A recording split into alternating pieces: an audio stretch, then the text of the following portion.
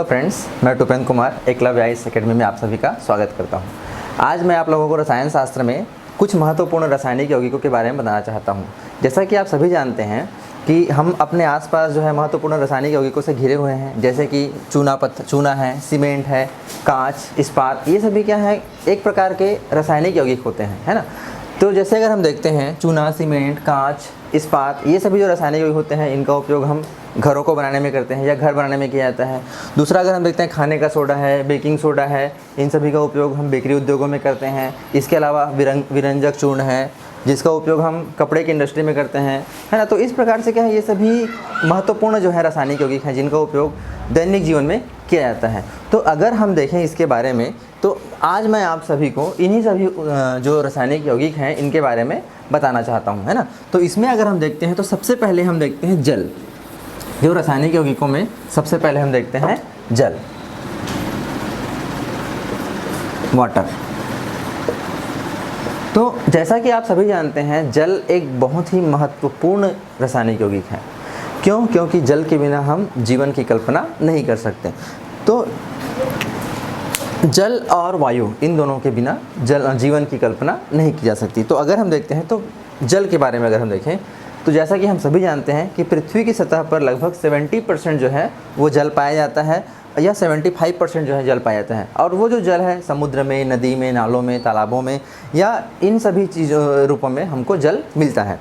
तो इसके अलावा अगर हम ये देखते हैं कि सभी जीवधारियों में, जीव जंतुओं में, पेड़ पौधों में, यहाँ तक कि मनुष्यों का भी जो शरीर होता है वो 70% जो है वो जल से ही बना होता है।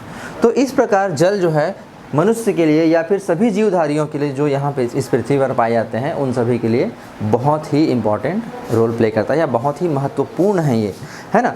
तो अगर हम देखते हैं, ये जो जल होता है, हम जानते हैं कि जल का फॉर्मूला क्या होता है, H2O। मतलब ये H और O, हाइड्रोजन और ऑक्सीजन से मिलकर के बना होता है ना।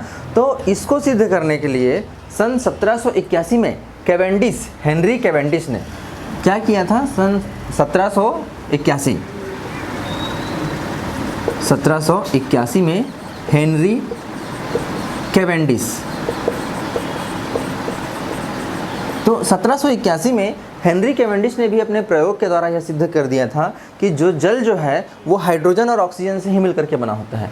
और इन्होंने क्या किया, अपने प्रयोग में सिद्ध किया। तो 2 हाइड्रोजन लिया, है ना, और 1 ऑक्सीजन का मॉलिक्यूल लिया, 2 हाइड्रोजन का मॉलिक्यूल और 1 ऑक्सीजन का मॉलिक्यूल, ये इन्होंने लिया। और इसको जब इन्होंने क्या किया, विद्युत आर्क, या हम ये बोल सकते हैं इलेक्ट्रीफाइड किया, है ना। तो विद्युत आर्क ये बोल सकते हैं हम। तो इलेक्ट्रीफाइड जब इन्होंने किया तो इन्होंने देखा कि यहाँ पर से H2O के मॉलिक्यूल बनते हैं, है ना। तो इसमें ये जो मॉलिक्यूल होता है और जल, इसमें हाइड्रोजन और ऑक्सीजन जो होते हैं वो 2:1 के रूप में पाए जाते हैं। तो हम ये बोल सकते हैं कि जल में क्या होता है, ये हाइड्रोजन और ऑक्सीजन से मिलकर के बना होता है। इसके बाद अगर हम देखते हैं जल के गुण, तो जल के गुण क्या होते हैं। जल सबसे पहले, जैसा कि हम सभी जानते हैं, शुद्ध जल जो होता है वो रंगहीन और गंधहीन होता है। शुद्ध जल कैसा होता है, रंगहीन और गंधहीन। चलिए हम देखते हैं इसका गुण। तो गुण हम देखते हैं, तो पहला ये कैसा होता है, रंगहीन, कलरलेस एंड ऑर्डरलेस, एंड रंगहीन और गंधहीन, ये होता है सबसे पहला। अगर हम देखते हैं तो रंगहीन और गंधहीन होता है। दूसरा अगर हम देखें, जल का हिमांक, इसका हिमांक ये होता है 0 डिग्री सेल्सियस। जल का हिमांक होता है 0 डिग्री सेल्सियस। जल अगर हम देखें, विद्युत और उष्मा, इसका ये कुचालक है। जल जो है वो विद्युत और उष्मा का कुचालक होता है। अब इसका हिमांक 0 डिग्री सेल्सियस होता है। और अगर हम इसका क्वथनांक देखें तो क्वथनांक होता है 100 डिग्री सेल्सियस। मतलब जल जो है वो 0 डिग्री सेल्सियस टेम्परेचर पे बर्फ़ के समान जम जाता है, और 100 डिग्री सेल्सियस पर ये क्या होता है, उबलने लगता है। हम तो हम इसलिए इसको हम क्या बोलते हैं, हिमांक और क्वथनांक बोलते हैं। जल जो है विद्युत और उष्मा का कुचालक होता है। लेकिन अगर हम इसमें जल में हम क्या करते हैं, विद्युत अपघट्य मिला देते हैं। जल प्लस विद्युत अपघट्य, हम इसमें क्या किए, मिला दिए। जैसे कि NaCl है, NaOH है, CH3COOH है, जितने भी प्रकार के एसिड्स अभी हम जो पढ़े इससे पहले, है ना। तो अगर हम इसको मिला देते हैं तो ये क्या होता है, विद्युत का सुचालक हो जाता है ना। अब ये क्या हो गया, विद्युत का सुचालक हो गया। इसके अलावा जल की जो विशिष्ट ऊष्मा होती है वो एक होती है ना। जल की विशिष्ट ऊष्मा ये एक होती है, जल की विशिष्ट ऊष्मा क्या होती है, एक, है ना। इसके अलावा अगर हम देखते हैं तो जल जो है वो ठोस, द्रव एवं गैस तीनों अवस्थाओं में पाया जाता है। तो ये क्या है, जल की विशेषताएं हैं या गुण है ना। तो ये हो गया जल का गुण। अब हम देखते हैं जल की रासायनिक अभिक्रियाएं। इसके अलावा इसके अलावा अगर हम और देखें, इसमें रासायनिक अभिक्रियाओं को छोड़ देते हैं, है ना, उसको मैं गुण में बताते जाऊंगा आप लोगों को। तो अगर हम इसके अलावा और देखते हैं तो जल क्या है, एक सर्वोत्तम विलायक है। जल क्या होता है, एक सर्वोत्तम विलायक है, सर्वोत्तम विलायक है। जल एक सर्वोत्तम विलायक है जिसका पीएच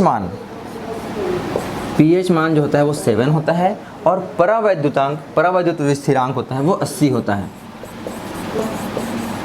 परावैद्युत स्थिरांक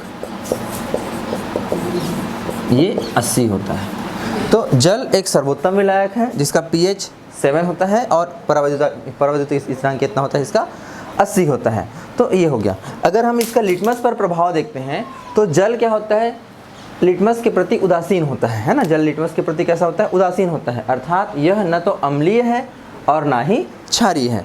तो हम ये बोल सकते हैं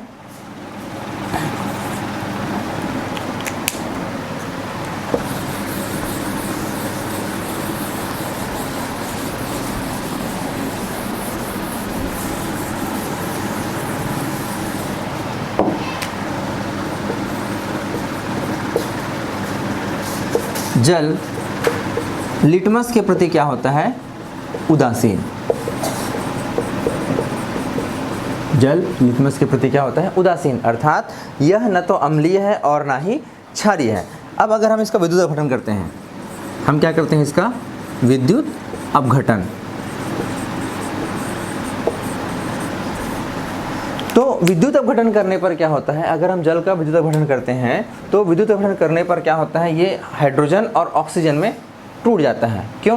क्योंकि जब हम हाइड्रोजन और ऑक्सीजन का विद्युत को इलेक्ट्रीफाइड या विद्युत आर्क में जब हम क्या करते हैं, प्रवाहित करते हैं, तो उससे क्या होता है, जल का अणु बनता है ना, H2O का फॉर्मेशन होता है। तो अगर हम उसी H2O में क्या करते हैं, विद्युत अपघटन कराते हैं H2O का, तो यहाँ पर क्या होगा, ये जो H2O है इसका अगर हम विद्युत अपघटन कराते हैं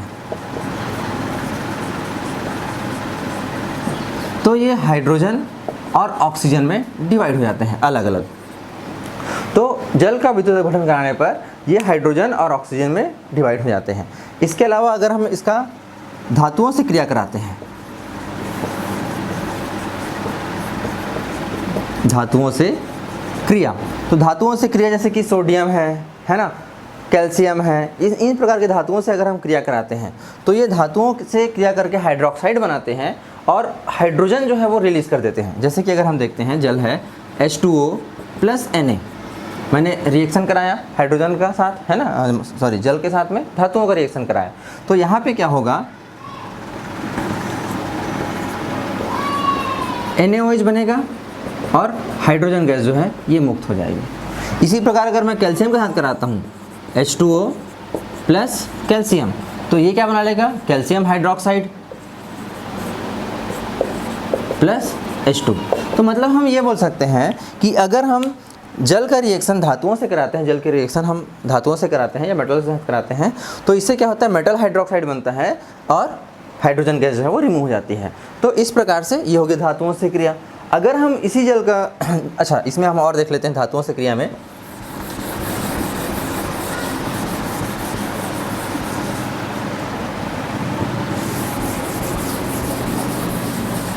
धातुओं से क्रिया में अगर हम देखते हैं दूसरा, मैग्नीशियम के साथ कराते हैं। अगर हम मैग्नीशियम से कराते हैं, मैग्नीशियम प्लस या मैग्नीशियम से कराते हैं तो क्या होगा, मैग्नीशियम प्लस H2O, तो यहाँ से ये बना लेगा MgO। ठीक है, मतलब मैग्नीशियम के साथ क्रिया करके इसने क्या बनाया, देखो सोडियम और कैल्शियम से क्रिया कराया, हाइड्रोक्साइड बनाया, लेकिन मैग्नीशियम के साथ क्रिया करने पर क्या बनाया इसने, मैग्नीशियम के ऑक्साइड बनाया इसने, है ना, और यहाँ पर क्या हो गया, हाइड्रोजन गैस मुक्त होती है। तो मैग्नीशियम से क्रिया कराते हैं तो उसका क्या बनता है, मैग्नीशियम का ऑक्साइड बनता है। अब अगर हम इसी को जिंक और आयरन से कराते हैं, जिंक प्लस H2O। तो यहाँ पर भी क्या होता है, जिंक के ऑक्साइड बनते हैं, है ना, जैसे ZnO plus H2, hydrogen gas remove हो रही है। इसके अलावा अगर हम कराते हैं आयरन से, H2O ले लेते हैं, आयरन के साथ अगर हम कराते हैं तो आयरन भी क्या बनाता है, इसका ऑक्साइड बनाता है, फेरिक ऑक्साइड बोलते हैं इसको, है ना। तो आयरन से क्रिया करके ये बनाता है Fe2O3, Fe2O3, ठीक है। या ऐसे करते हैं, इसको Fe3O4 कर देते हैं, ये भी आयरन ऑक्साइड है, Fe3O4 प्लस 2H2, है ना। तो ये हो गया आपका धातुओं के साथ क्रिया, है ना। तो धातुओं के साथ क्रिया करने के बाद अगर हम देखते हैं इसको, ये जो धातु का ऑक्साइड बने, है ना, MgO, ZnO, अगर हम इसके साथ क्रिया कराते हैं तो क्या होगा, धात्विक ऑक्साइडों के साथ क्रिया, या सोडियम के ऑक्साइड हो गए, कैल्शियम के ऑक्साइड हो गए, इनके साथ अगर हम क्रिया कराते हैं तो क्या होता है, देखते हैं। धातु ऑक्साइड्स के साथ में क्रिया, है ना। तो जैसे कि हम देखते हैं सोडियम NaO या Na2O, ये क्या है, सोडियम ऑक्साइड या डाइसोडियम ऑक्साइड, आप जैसे बोलना चाहें इसको, सोडियम ऑक्साइड या डाइसोडियम ऑक्साइड। जब हम इसका अभिक्रिया अगर हम जल के साथ कराते हैं H2O के साथ में, तो ये बनाता है NaOH, 2 मॉलिक्यूल, मतलब जो धात्विक ऑक्साइड है, मेटल ऑक्साइड्स, इनको हम अगर जल के साथ रिएक्ट कराते हैं तो उनसे हमको क्या मिले, मेटल हाइड्रोक्साइड प्राप्त होता है ना। इसी प्रकार अगर हम देखते हैं कैल्शियम के साथ, कैल्शियम ऑक्साइड प्लस H2O, तो यहाँ पर भी क्या होगा, CaOH होल ट्वाइस, है ना, CaOH होल ट्वाइस। तो कैल्शियम ऑक्साइड जल से रिएक्ट करके क्या बनाया, कैल्शियम हाइड्रोक्साइड।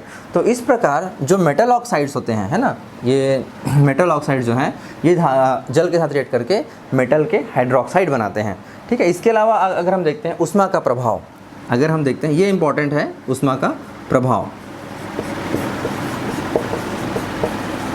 ऊष्मा का प्रभाव, इसमें क्या होता है, हम कार्बन ले लेते हैं, है ना। ये जो कार्बन है, इस कार्बन को हम 1200 डिग्री सेल्सियस टेम्परेचर पे गर्म करते हैं, ठीक है। कार्बन है, कार्बन को हम क्या करते हैं, 1200 डिग्री सेल्सियस टेम्परेचर पर गर्म करते हैं, और 1200 डिग्री सेल्सियस टेम्परेचर पे गर्म करने के पश्चात हम क्या करते हैं, इसमें जल वाष्प है तो भी हम उसको H2O ही बोलेंगे, है ना। हम इसमें क्या प्रवाहित करते हैं, जल वाष्प हम इसमें प्रवाहित करते हैं। तो इससे क्या होता है, इससे एक गैस बनती है जिसको हम बोलते हैं भाप अंगार गैस या वाटर गैस। तो कभी कभी एग्जाम में क्या होता है, वाटर गैस का फॉर्मूला पूछा जाता है ना। तो ये जो वाटर गैस का फॉर्मूला होता है, ये होता है CO प्लस H2, इन दोनों को मिला करके हम बोलते हैं वाटर गैस, ये होता है वाटर गैस। तो इसको वाटर गैस भी बोलते हैं, या फिर भाप अंगार गैस भी इसको हम बोल सकते हैं। तो ये हो गया आपका जल के गुण। अच्छा, एक और लास्ट गुण अगर हम इसमें देखते हैं, धातु के जो कार्बाइड होते हैं, है ना, इसको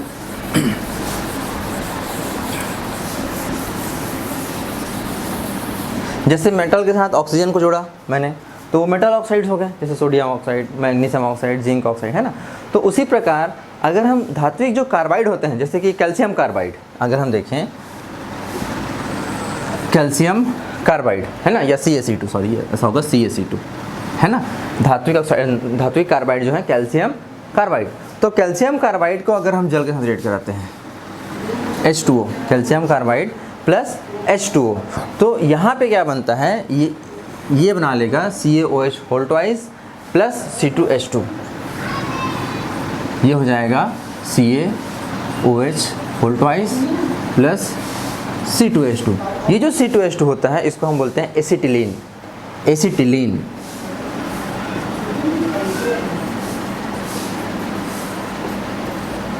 ठीक है। तो देखो, धात्विक कार्बाइड है, धात्विक कार्बाइड का रिएक्शन कराया जल से, है ना, क्रिया हुआ, ये बना लिया कैल्शियम हाइड्रोक्साइड। मतलब धात्विक कार्बाइड से किस में कन्वर्ट हो गया, ये धात्विक हाइड्रोक्साइड में कन्वर्ट हो गए, और हमको क्या मिला उसके अलावा, एक और प्रोडक्ट एसिटिलीन। इसी प्रकार अगर हम एल्यूमिनियम के साथ कराते हैं, Al2C3 प्लस H2O, हमको यहाँ पर H2O, जैसे कि हमने ले लिया यहाँ पे 12 मॉलिक्यूल ले लिया H2O, है ना। चलो 12 मॉलिक्यूल ऑफ H2O हमने यहाँ पे ले लिया, Al2C3 plus 12 molecule of H2, तो ये बना लेता है AlOH होल ट्वाइस।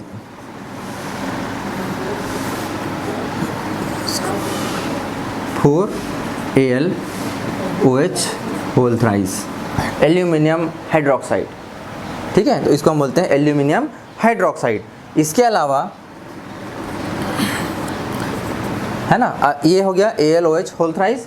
अब इसके अलावा यहाँ पे हमको क्या मिलेगा, अब क्या बच गया, C3 और H4 है ना, मतलब 12 H यहाँ पर बचे हुए हैं और 3 कार्बन है, मतलब हम बोल सकते हैं कि ये हो जाएगा 3 मॉलिक्यूल ऑफ CH4। ये क्या है, मीथेन या मीथेन, आप जो भी लिखना चाहें, मीथेन। तो इस प्रकार से एल्यूमिनियम कार्बाइड के साथ या एल्यूमिनियम कार्बाइड की अभिक्रिया अगर हम जल के साथ कराते हैं तो उससे हमको क्या मिलता है, एल्यूमिनियम हाइड्रोक्साइड और मीथेन मॉलिक्यूल मिलते हैं। इसके अलावा इसके बाद अगर हम देखते हैं जल के उपयोग,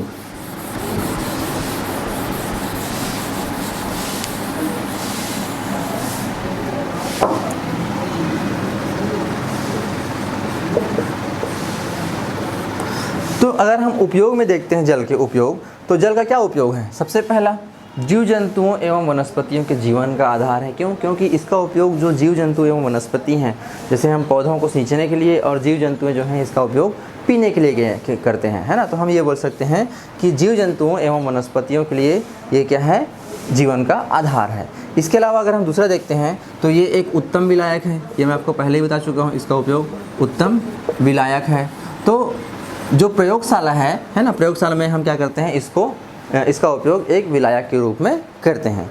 तीसरा, अगर पहले जब रेलवे इंजन उपयोग किया गया था, पहले जब रेल इंजन बनाया गया था तो उस समय भाप का उपयोग किया गया था, तो हम ये बोल सकते हैं कि भाप इंजन, बॉयलर तथा जो फैक्ट्री हैं, फैक्ट्री में जो बॉयलर लगाया जाता है तो उसमें किया जाता है, तो हम ये बोल सकते हैं कि इसका उपयोग भाप इंजन और फैक्ट्रियों में, बॉयलर में, फैक्ट्रियों के बॉयलर में किया जाता है।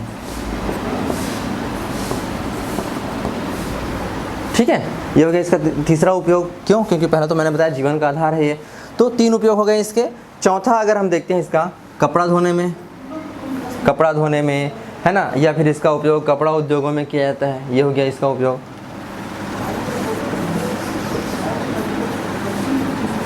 कपड़ा धोने एवं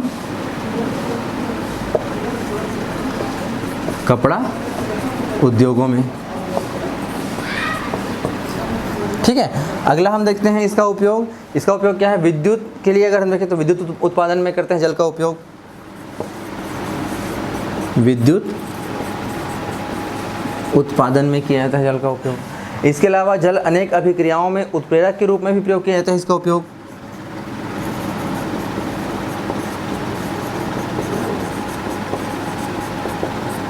अभिक्रियाओं में उत्प्रेरक के रूप में किया जाता है इसका उपयोग। इसके अलावा ठोस जल जो होता है, बर्फ़ है ना, या इसका उपयोग वस्तुओं को ठंडा करने में किया जाता है। कार के रेडिएटर में जल का उपयोग किया जाता है, हाँ, लेकिन उसमें जल के अलावा कुछ और तत्व भी मिलाते हैं, जैसे कि एसिटिलीन हो गया, है ना, या फिर ताकि ये जो है 0 डिग्री सेल्सियस में ना जमे, कार के रेडिएटर को ठंडा कर सके इससे। तो इस प्रकार से हम क्या कर सकते हैं, जल का उपयोग जो है वो किया जाता है। ठीक है, इसके बाद ये हो गया आपका जल, यहाँ पर कंप्लीट होता है।